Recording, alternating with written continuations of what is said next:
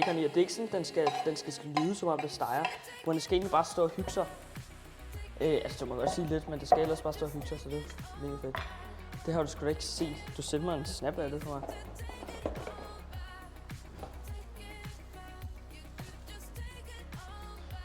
Altså, har du en naturvidenskabelig eksamen på SXLGG? Ja, nej, det har man ikke, på grund af, at man skal jo vælge et naturfag. Og der tror jeg, at du kan vælge, der har du sådan noget, du kan vælge mellem nogle forskellige ting. Jeg ved, min storebror, han havde sådan noget, det hed et eller andet geografi, et eller andet. Det var sådan noget stener eller sådan noget. Entomologi hedder det. Så jo, det er jo et naturfagligt fag. Men jeg tænker jo på sådan noget fysik, kemi og sådan noget, man rent ud dyrker på en HTX for eksempel. Links.dk, tak for min follow. Og Stolt Pro. Jeg er meget pladet dogne elever, jeg afleverer i sommer. Samt med at ansætte sig. Træk engelsk op af engelsk. Jeg ved ikke, om er det den dogne linje? Det ved jeg ikke. Jeg ville jo ønske, der var noget, sådan en mediefagslinje, eller hvad ved jeg. Men jeg er ret sikker på, at man har afskaffet det. På grund af, altså sådan noget ville jeg jo synes var mega fedt, også i forhold til det, som jeg ligesom laver til dagligt nu. Til dagligt, altså som jeg hygger mig med. Jeg laver det vel til dagligt. Men jeg ved det ikke.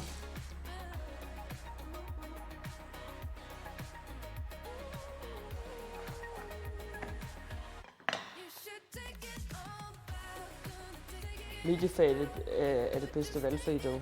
Ja, det er lige før jeg burde vælge det. Jeg tror det værste for mig, det bliver transporten. Hvor lang transport har I skole eller gymnasie eller hvad ved jeg? På grund af, at hvis jeg begynder der i Roskilde, så har jeg jo nærmest 40 minutter, en time hver vej. På grund af, at det tager 20 minutter at komme til Roskilde, og så den der bus, der går derud, den tager jo 1 milliard år. Så skal man næsten købe en cykel og cykle hver morgen. 7-8 minutter, 7 minutter at gå.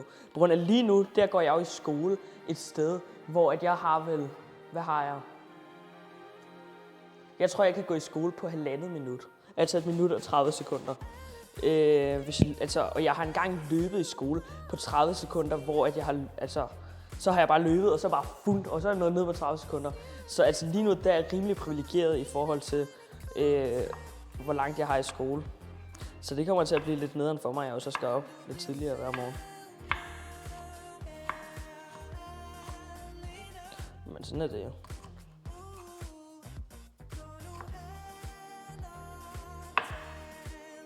Hvad er din holdning til Umut har solgt sine 2 restauranter? Jeg synes, at det er en god beslutning. Jeg kan godt forstå, at man som kunde kan se det nedtur, men jeg har altid tænkt, at man skal lave noget.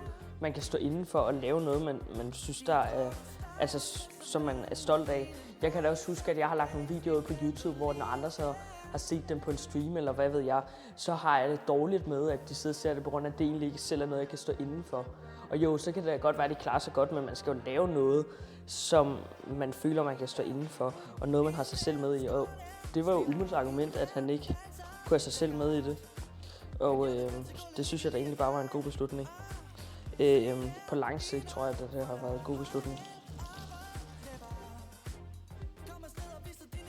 Det kan godt være, at det ikke er lige nu, men jeg tror på sigt, tror jeg det er. Jeg tror også, at han åbner nogle flere restauranter på sigt. Det vil ikke undre mig, hvis han ikke gjorde det.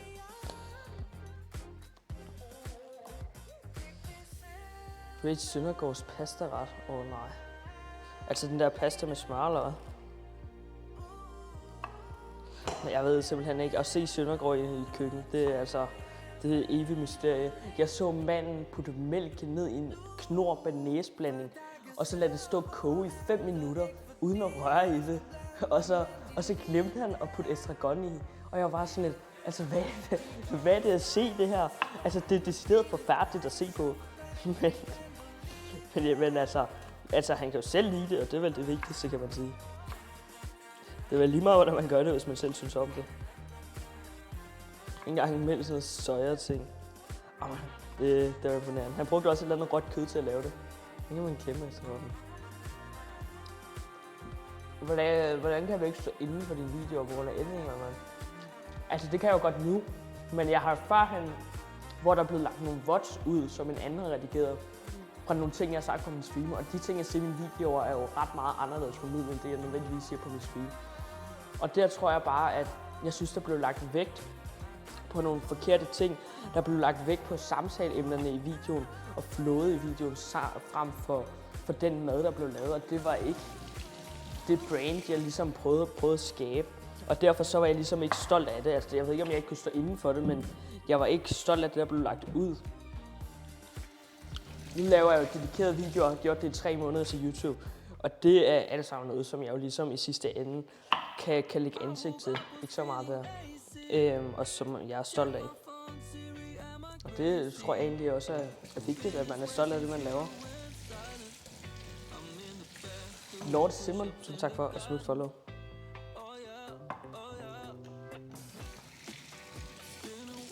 Hvor gammel er du, og hvor høj er du? Jeg tror, jeg er 1,75, og så er jeg 15 år gammel. Men jeg ved det ikke helt konkret. Derudover, chat, jeg har besluttet mig for noget. Okay? Og så må I lige sige, hvad I synes. Jeg har, det har jeg lige snakket om, Claus. Jeg har besluttet mig for, at vi havde det her mål her på 24 timer stream. Og vi ramte faktisk ikke de 250 også, vi ramte 230 eller sådan noget. Og derfor så tænkte jeg, skal vi ikke bare lave en 24 timer stream alligevel? Fordi jeg var sådan lidt, det kunne være meget sjovt at prøve. Og altså, I ville sikkert ikke synes, det var helt vildt forfærdeligt. Så jeg tænkte, skulle vi ikke bare prøve at lave en 24 timer stream alligevel, selvom vi ikke har ramt det.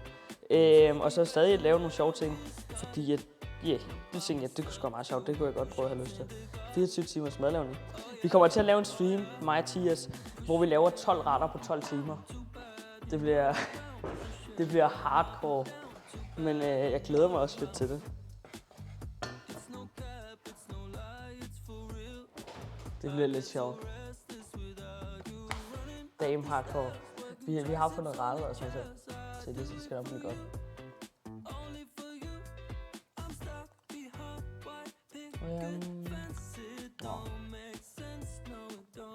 Tak for follow mega meget, så glad for. Er de forældre kokke, eller hvordan har du interessen for mad? Min storebror flyttede hjemmefra, og så kom der lidt en erkendelse af, hvor forfærdelig han var til at lave mad sådan i familien. Og så blev jeg påtvunget en ugentlig maddag. Og så tænkte jeg, hvorfor ikke prøve at lave noget, jeg ligesom godt kan lide, for at gøre den her maddag lidt sjovere, altså et eller andet. Så jeg begyndte at streame, at jeg lavede mad. Fordi at så kunne jeg ligesom hygge mig med chatten imens, og havde nogen at snakke med, og alt sådan noget. Og så gjorde jeg det, og fandt ud af, at på min første madstream, der blev jeg ligesom hostet af Jax. Og så var der forholdsvis mange, der blev hængende og snakkede, og så sagde min far, jeg tror, der er noget i det her madlavning. Jeg tror, der er ligesom et marked for det, der er ikke nogen, der laver det. Og så sagde han, jeg tror, at du vil have større sandsynlighed for ligesom at bygge noget større inden for madlavning, end at sidde og være dårlig til Warzone. Og så begyndte jeg at lave madstream og hygge mig med det, og opbyggede ligesom samtidig også lidt en interesse for at lave mad, imens at jeg streamede. Så nu var det ikke længere kun streamingdelen, der interesserede mig, men også madlavningen. Og så smed jeg ligesom de to interesser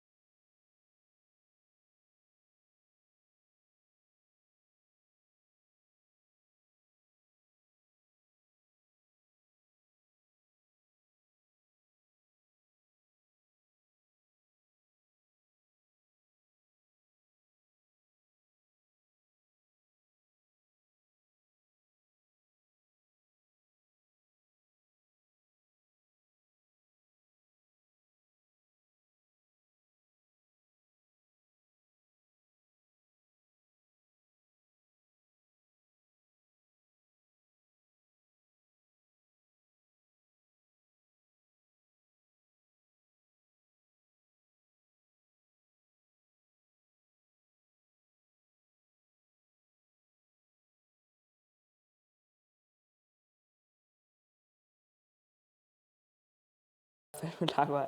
Og så kommenterede jeg i dag, jeg svarede ham i dag. Han hedder Morten faktisk. Og så skrev jeg, hej Morten, jeg er ked af, at du har denne opfattelse af samtlige af mine videoer. Derfor tænkte jeg, om du ikke kunne have lyst til at komme forbi køkkenet og dele ud af dine erfaringer, så både mig og mine seere kunne blive klogere. Du kan kontakte mig på min Instagram. Så jeg har bare gennem-shamed ham. Så nu, men på den der høflige måde, altså den bedste måde at ligesom svare folk igen, det er på den der høflige måde. Så nu, altså det kunne jo være en fed video, laver mad med mine hater, altså ville det ikke kunne et eller andet, det er nok det, der svarer. Altså det kunne være, altså det ville være en lækker video, så jeg var sådan, at jeg håber, han svarer, at han var sådan, ja, lad os gøre det. Det kunne altså være grineren. Det er jeg frisk på. Hvad skal I have at spise til aftensmad i dag, chat? Negesus. Tak for at smide dit follows. Det er livret. Boller i kaj. Hello Fresh. Hvad har du købt fra Hello Fresh? Eller hvad har du fået leveret? Ribeyes. Det kan noget. Er det så sådan noget i stik til smør, eller er det bare helt almindeligt? Så flækker den ene hotdog efter den anden. Er det sådan en fransk hotdog, eller er det sådan noget almindelig hotdog? Jeg ved ikke, hvad jeg vil kalde det. Jeg vil jo kalde det en dansk hotdog. Men det ved jeg ikke, om det er. Hvor det bare er sådan noget almindeligt brød. Det er sygt upraktisk. Okay. Køber I... Okay. Vi skal lige sådan... Hvis man gerne... Okay, er det bare mig, ikke? Det er nok. Men køber I... Hvis nu man skal gå rundt med en hotdog, så køber man altid en fransk hotdog, ikke?